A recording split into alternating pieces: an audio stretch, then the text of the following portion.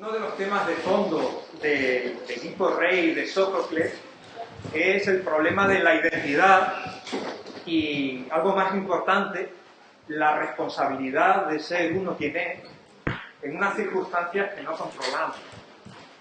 Bueno, pues de identidad y de responsabilidad de ser uno quien es, os quiero hablar citando a dos autores muy conocidos y especiales. El primero es nada menos que Unamuno, que decía que al hombre primero se lo domestica y después se lo civiliza.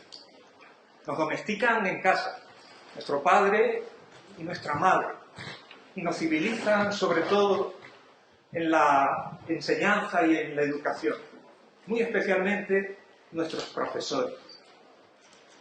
El problema de la identidad que está en el Edipo Rey, expresado de una manera magistral, mucho más tarde, en la antigüedad, se expresa con otro saber, con otra ciencia, con otra ética, por el segundo de los autores que os voy a mencionar, que es nada más y nada menos que Galeno, en una de cuyas obras se estudia la configuración del ánimo de cada uno, lo que hoy nosotros llamaríamos la personalidad, y que tiene un famosísimo pasaje en el que, hablando de cómo se formó él de niño, habla de su padre y de su madre. Lo que dice de su madre nos resulta hoy casi repulsivo y no lo queremos, pero lo que dice de su padre conserva toda la valía que pueden tener las palabras de un hombre sabio. Eso que dice de su padre y de su madre, de sus civilizadores, de sus domesticadores, se lo puede uno llevar a otro terreno, al terreno de los civilizadores. Y yo siempre he visto en las palabras que Galeno escribe sobre su padre, en cierto modo, el reflejo de José María Candao como profesor. Habla de un hombre formado en la cultura estoica, con una cultura de verdad, sólida, noble, sentida, no la cultura de las apariencias, que sabe y que supo verterla en su hijo, que forjó el carácter y forjó a la persona, el ánimo de su hijo, como practicante sensato y cauto del estoicismo, pero persona de valía que sabía apreciar otros saberes y ponerlos en práctica. Bueno, pues para quienes no tengáis en el futuro la oportunidad y el privilegio de tener a un profesor noble, en el mejor sentido de la palabra, que sabe quién es y sabe cómo es el ser humano, y que lo vierte en su doctrina, sin aspavientos ni alaracas, estamos muy acostumbrados, son las apariencias buenas que se suelen apreciar. Ese y no otro es el profesor Candao, que os va a hablar ahora con conocimiento de causa de lo que es el Edipo Rey, de lo que es la tragedia griega y el drama.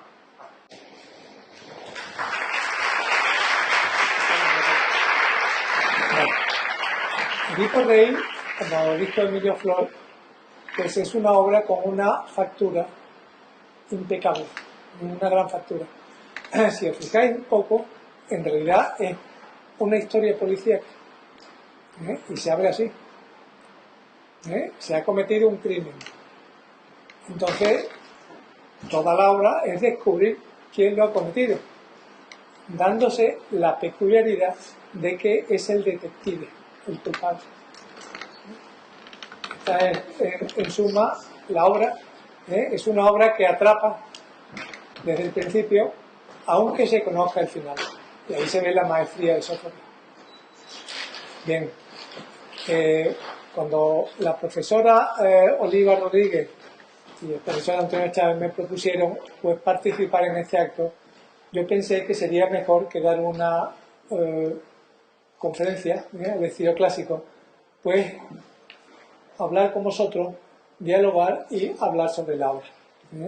Entonces yo únicamente quiero daros aquí unos presupuestos, unas palabras iniciales para que comprendáis un poco lo que es una tragedia griega, para que comprendáis un poco en qué marco se desarrolla el Edipo, porque no siempre es fácil de recordar.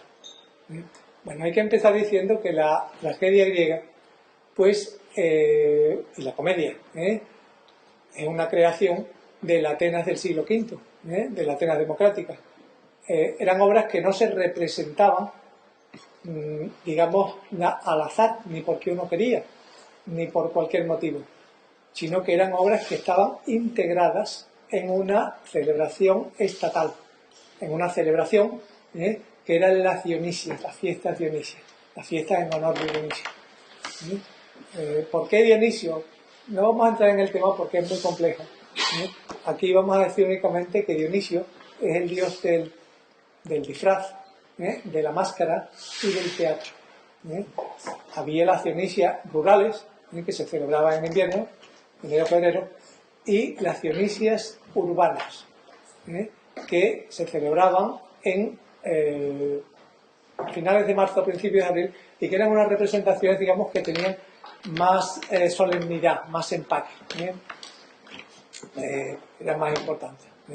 Bien, dentro de las Dionisias urbanas, pues fue donde tenían lugar estas representaciones y donde se desarrolló el arte dramático griego del siglo V, la tragedia y la comedia. ¿Qué obras se representaban? No se representaba cualquier obra. Eran obras que habían sido seleccionadas en un concurso. Toda la gestión y la representación de la tragedia, todos los pormenores, estaban vigilados por un alto magistrado que era el arconte epónimo, el arconte que daba el nombre al año. Entonces había un jurado seleccionado por un proceso meticuloso, un proceso muy elaborado, y ese jurado, que era un jurado popular, pues elegía entre las obras que se iban a presentar, entre las obras que se le presentaban, las que de facto, de hecho, se iban a representar en la tragedia. Por tanto, no era, digamos, una representación tal como lo concebimos ya por cualquier motivo. Bien, era por tanto un acto, si queréis, una ceremonia ciudadana. En ella tomaba la palabra el dramaturgo, el autor, y el autor se dirigía a su comunidad. Se dirigía a su comunidad, tomaba la palabra como maestro, y se le consideraba maestro. E impartía una lección, pero una lección que tiene su peculiaridad, que voy a intentar hacer. ¿De qué tratan las tragedias griegas? Bueno, pues si no vemos el contenido es mítico. Salvo una obra, de las obras que se nos han conservado, y en fin, las otras son más difíciles de ver porque solo tenemos el título, pero en fin, de todas las que se nos han conservado, solo una, que es Los persas de Esquilo, tiene un tema no mitológico. Los demás tratan de historias, leyendas, ambientadas en los mitos. El mismo Edipo, ¿no?, que está ambientada en lo que se llama la saga tebana, ¿no?, el conjunto de mitos de Tebas. Pero por debajo de ese mito había otro tema, y era el dramaturgo se dirigía a su público para tratar un tema de actualidad. Lo que pasa es que ese tema no se trataba nunca de manera explícita, pero sí de manera implícita. Hay un ejemplo que yo creo que es bastante significativo, que es bastante claro, y es Antígona. Creo que la mayoría de vosotros conocéis el argumento de Antígona. Vamos a recordarlo muy brevemente. Antígona trata de la lucha entre dos hijos de Edipo, que son Eteocles y Polinices. Eteocles está en la ciudad, Tebas, Polinices asalta Tebas, con una serie de aliados, 7 contra Tebas, ¿no? Uno de los 7 era Polinices. Entonces, en ese asalto, los dos hermanos mueren. Toma el poder Creonte. Y entonces Creonte, el Creonte que aparece aquí, dictamina, saca una medida diciendo que el cuerpo, el cadáver de Polinices no se va a entrar y no va a recibir ninguna honra fúnebre, sino que se va a dejar al descubierto para que acaben con él, para que lo consuman, pues, los animales carroñeros, ¿no? Las aves, los perros, etcétera, etcétera. La ciudad estaba también Antígona que aparece aquí también, que además era la prometida de un hijo de Creonte. Y Antígona se niega a cumplir, pues, la medida, ¿no? Entonces, a partir de esa desobediencia es como se desencadena toda la obra. Claro, ¿de qué trata en realidad la obra? Bueno, la obra trata en realidad de hasta qué punto, hasta dónde llega el poder de un legislador, y si queréis, el poder del Estado. Es decir, ¿puede un Estado dictar una norma que vaya contra la creencia o contra la conciencia? Puede decir, como dice, pues, Creonte, que el cadáver de una persona, un criminal, lo que sea, pues se deje y se le ultraje y no se le muestre el más mínimo respeto. Fijaros que es un problema complicado, hasta dónde llega el Estado, que todavía estamos dando en cuenta. Es lícito, por ejemplo, invadir la privacidad de una persona, escuchar a una persona en el teléfono, sus comunicaciones, para prevenir pues, cualquier cosa, ¿no? Crimen, lo que sea. ¿Es lícito y hasta qué punto es lícito? Los problemas los temas que trata la tragedia griega son temas complejos. Son temas complejos. Y la respuesta, esta lección de la que hablábamos, que dice el autor, siempre es una respuesta compleja, no es una respuesta simple. Digamos que los argumentos trágicos tienen una resonancia semántica fuerte, fuerte y, digamos, amplia. Son argumentos polisémicos. Por eso siguen representándose y siguen llamando la atención, porque tratan problemas que hoy día todavía están ahí. Porque hay autores que dicen que en realidad pues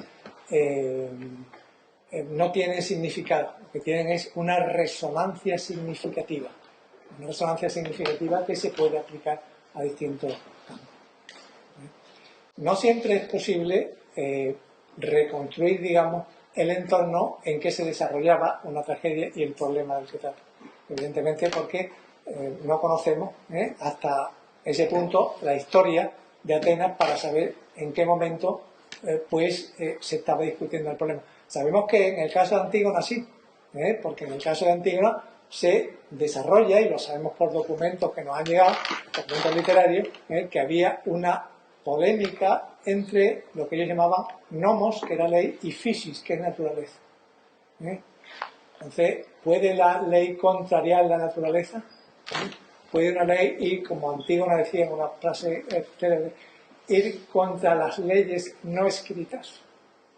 Ese es el tema. Bueno, en el caso de Edipo, Edipo que se representaría hacia el año, posiblemente entre el año 430 y el año 425, pues quizás sea más difícil enunciar con precisión el tema. Pero sí hay una cosa que es importante, y que quizás yo creo que es lo que le da el marco, digamos, cultural y de discusión al Edipo. En el momento en que se escribe Edipo, es el momento de apogeo de Atenas, ¿no? Apogeo cultural. Tened en cuenta que la Atenas de la segunda mitad del siglo V es la época del Partenón, es la época de la tragedia, y es la época también de lo que se llama la Ilustración ateniense. Como su nombre indica, era un movimiento ilustrado. Era un movimiento ilustrado. Los representantes más conocidos de la Ilustración ateniense son los sofistas. Entonces es muy difícil compendiar o decir brevemente qué eran los sofistas y cuál es el mensaje que aportaban. Brevemente, y para centrarnos mucho en lo que aquí estamos tratando, digamos que los sofistas lo que hacen es colocar al hombre en el centro. En el centro de su especulación, pero también en el centro de su digamos, de sus posibilidades de acción. Es decir, los sofistas, en cierto sentido, parten de lo que se puede llamar un optimismo antropológico, un optimismo respecto al hombre. Ellos pensaban que el hombre puede gestionar su vida, que el hombre en gran medida es autosuficiente y es autónomo, que él puede construir su existencia y modelarla por sí mismo. Bueno, es una manera nueva de concebir la vida humana y de concebir al hombre de una manera que chocaba con la concepción tradicional. ¿Cuál era la concepción tradicional? La concepción tradicional era muy distinta. Para los griegos, en la época anterior, pues el hombre es un ser frágil, un ser menesteroso. Todo lo que hace el hombre es una construcción vacía, digamos, una construcción expuesta. Y el hombre, en absoluto, es dueño de construir su vida. Existe en el universo una ley general que se aplica también a la cultura y a la existencia humana. Es una ley suprahumana, una ley sancionada por los dioses. Entonces, el hombre debe someterse a esa ley. Digamos que esa concepción tradicional parte de un pesimismo respecto al hombre, un pesimismo antropológico. Por tanto, digamos que hay dos concepciones. Dos concepciones que chocan. No sé si os acordáis las palabras que dice al final, Edipo, en la última intervención, creo que es la última, al final, cuando dice el hombre, algo así como, ¿el hombre es dueño de sus actos o son los dioses los que responsables de la vida humana? Juzgar si el destino lo determina, no lo hace lo común, o lo determinan los dioses. O lo determinan los dioses. Bueno, pues eso es el problema que se plantea entonces, creo yo, uno de los problemas. Y sabemos que hubo polémicas importantes. Las fuentes nos dicen que hubo quema de libros, hubo expulsiones, hubo procesos por impiedad, etcétera, etcétera. Yo creo que ese es el marco, digamos, en el que se desarrolla Edipo. Y eso es lo que yo quería, digamos, los presupuestos que yo quería dar. Resumiendo, bueno, pues tenemos estas representaciones, Edipo es una muestra de esas representaciones que forman parte de un acto comunitario, una discusión, digamos, que se lleva a cabo en el ámbito del Estado, ante los ciudadanos. Entonces, dentro de esa discusión se plantea un problema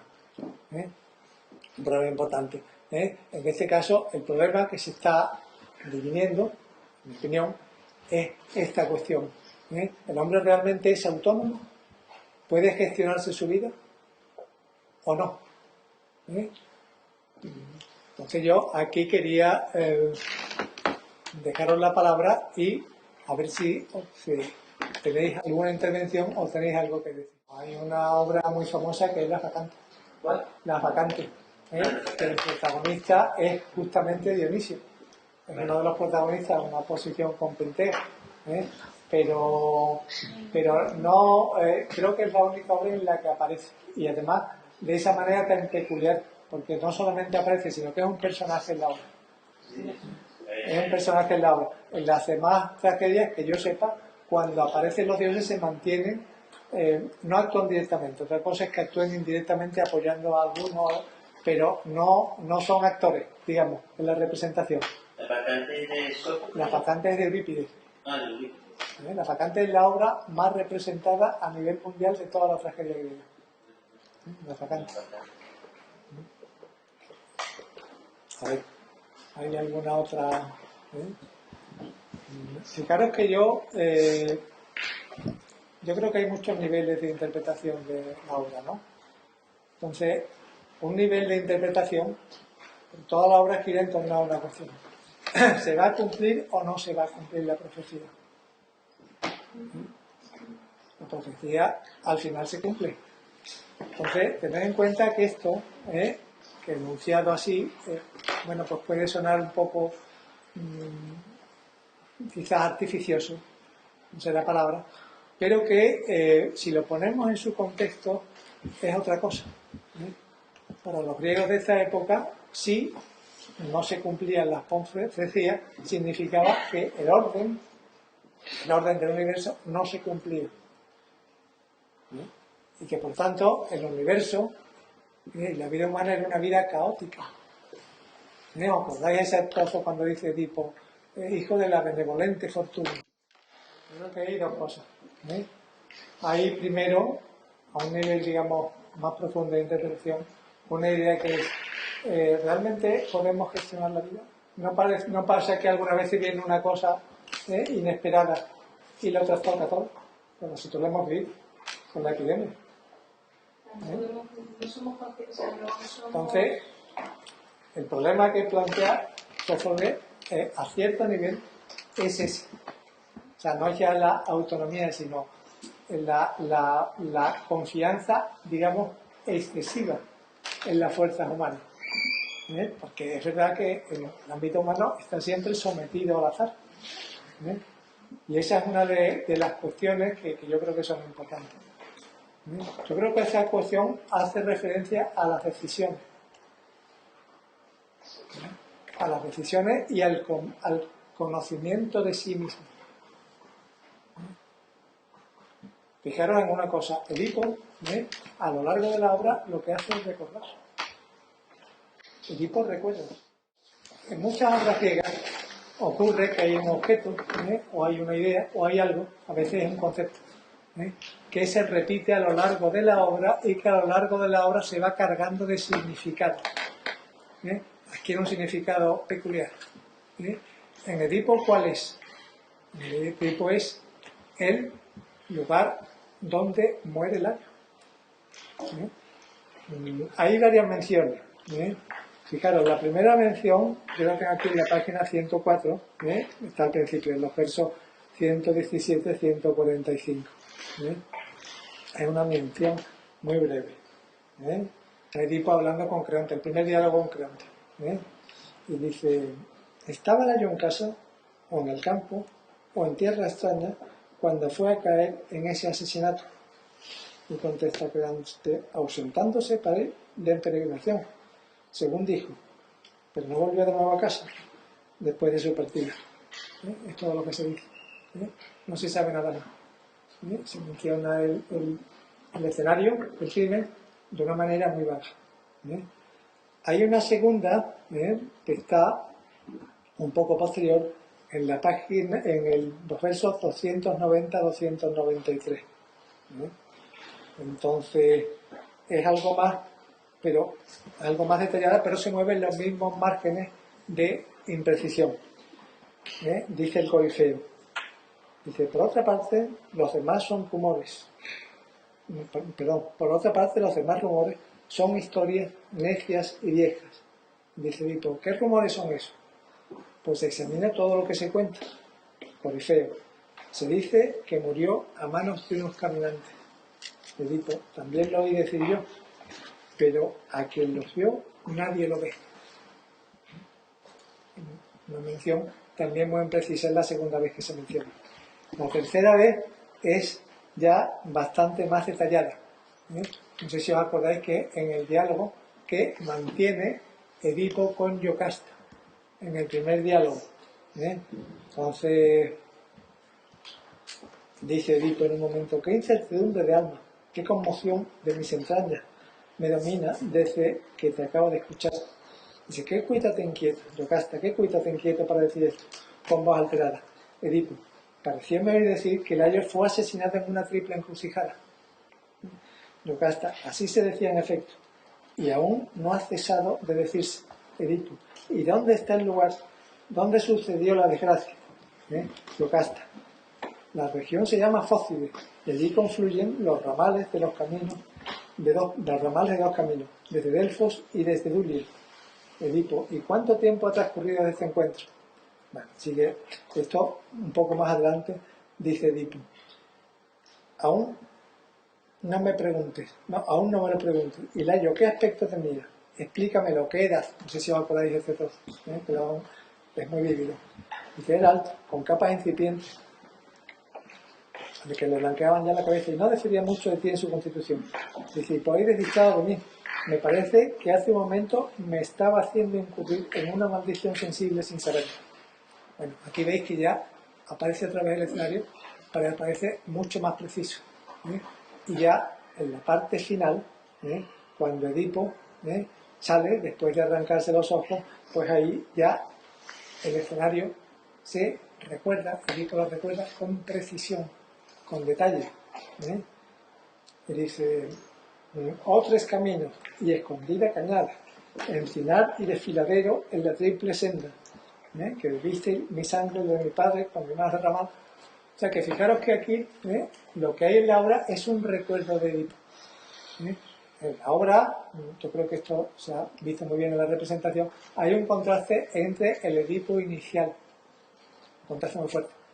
El Edipo inicial es un personaje seguro, al mando, que habla con un padre, con confianza, sin problema ninguno, y a medida que va avanzando la obra, Edipo pues se va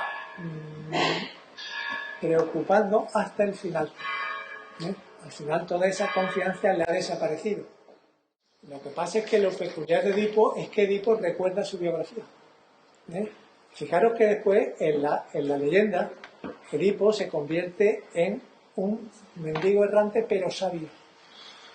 Sófocles tiene una obra que trata también, que se ha conservado, sobre Edipo en Colono, que es la última obra que parece que es la última que escribió. Entonces aparece Edipo, pero aquí aparece ya como un hombre sabio.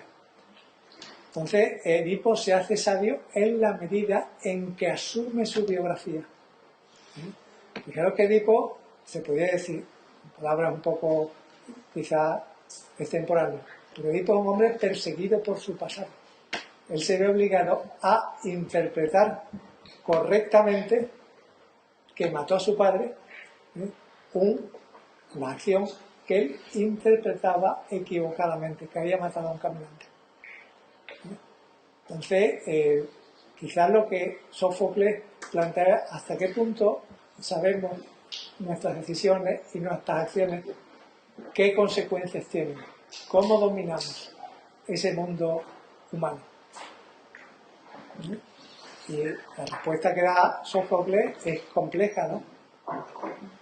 No se sabe exactamente si responder con un sí o con un no. Lo que hace es fundamentalmente plantear el problema y hacer que la gente piense y que la gente, pues, muchas veces piense sin saber exactamente qué. Pero queda esa resonancia, ese significado. Yo creo que en la obra también trata del poder. La obra trata del poder. Y de hecho, pues hay quien interpreta que en el imaginario griego el poder a veces va asociado al incesto. Entonces, César, por ejemplo, se cuenta, entre los autores, que antes de cruzar el Rubicón soñó que se acostaba con su madre, que tenía relaciones con su madre. Entonces, el poder, en esta obra y en otras muchas, es algo peligroso. Es algo peligroso. Y entonces, la obra, yo creo que también puede interpretarse así. Edipo pagó un precio por el trono de Tebas. Un precio quizás excesivo. Es un tema que se relaciona también con otro tema que aparece muchísimo en la literatura griega, que es la relación entre poder y sabiduría. Entonces, el encuentro de, casi un subgénero literario, el encuentro del sabio con el poderoso. Entonces, el sabio siempre le da una lección al poderoso. Aquí Edipo, en cierto sentido, trata de eso. Hombre, la sabiduría que habla ahí, y la que se habla en esto, es una sabiduría, digamos, sobrenatural, divina, sagrada. Eso está claro, y es la manera porque el término sabiduría en sí, tal como aparece el sabio, el sabio no aparece, yo creo que en la literatura clásica, como, digamos, un personaje secular con poseedor de saber, sino siempre como con una relación especial. Y eso es la sabiduría que tiene, por ejemplo, Tiresias, que aparece en la obra. Pero es también la sabiduría que alcanza al final Edipo. O sea, pero sabiduría no hay, yo creo que no hay que entender el concepto que tenemos nosotros, una sabiduría, digamos, luminosa, ¿no? Está basada en la divinidad. Yo creo que si este se plantea como un conflicto, como un encuentro entre poder, aquí el tema de la tiranía no creo que entre. Yo creo que entra el poder en sí, sin reflejo especial hacia la tiranía. Sino entra el hecho del poder como algo que es peligroso. Es una cosa que está al alcance, pero con lo que no se puede jugar y con lo que hay que tener mucho cuidado. Yo creo que entra así. No creo que entre en el significado político de, digamos, la relación entre un régimen establecido y el ciudadano.